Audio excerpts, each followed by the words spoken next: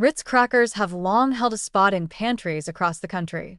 Their buttery taste, light flakiness, and comforting crunch make them an easy snack to reach for, whether plain, with cheese, or as a base for spreads. But for something so familiar and seemingly harmless, Ritz crackers are far from a nutritious option. In fact, a closer look at the ingredients and nutritional profile reveals that they're little more than empty calories dressed up in nostalgic packaging. Let's start with the basics. Refined white flour. Ritz crackers are made primarily from enriched flour, which means the wheat has been stripped of its bran and germ, removing most of its natural fiber, vitamins, and minerals.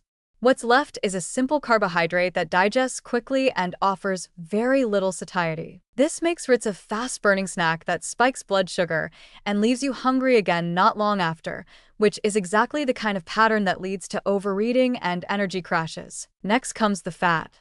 Ritz are marketed for their rich, buttery flavor, but that signature taste doesn't come from real butter.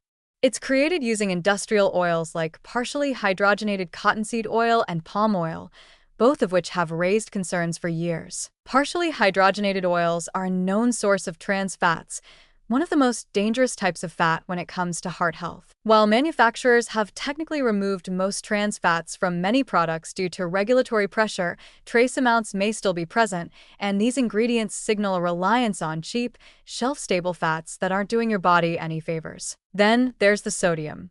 A small serving of Ritz contains over 100 milligrams of sodium, and that number adds up quickly when you snack mindlessly or use them as a base for salty toppings. Consistently high sodium intake can contribute to high blood pressure and increase the risk of heart disease, especially when combined with other processed foods throughout the day. The problem is compounded by the fact that crackers don't feel salty in the same way chips or pretzels do. They're deceptively mild, which makes it easy to overlook how much sodium you're really taking in. The rest of the ingredient list includes leavening agents, sugar, and preservatives. Yes, sugar in a cracker.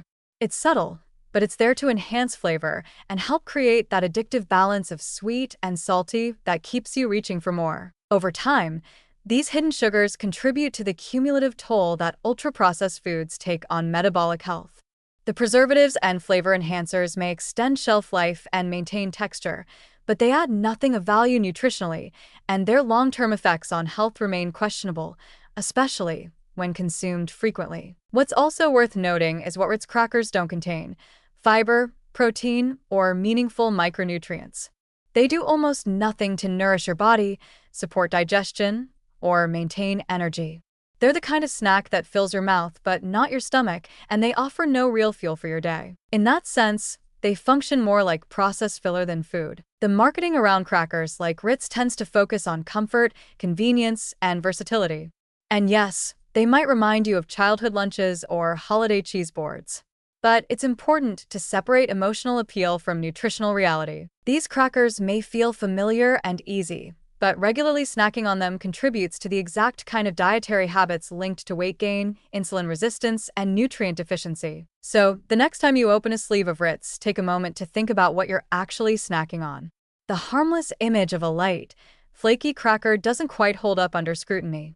They're highly processed, nutrient-poor, and subtly engineered to keep you coming back for more, without ever really satisfying your hunger. Comfort food or not, Ritz crackers are another example of how processed snacks sneak their way into our routines, all while offering very little in return.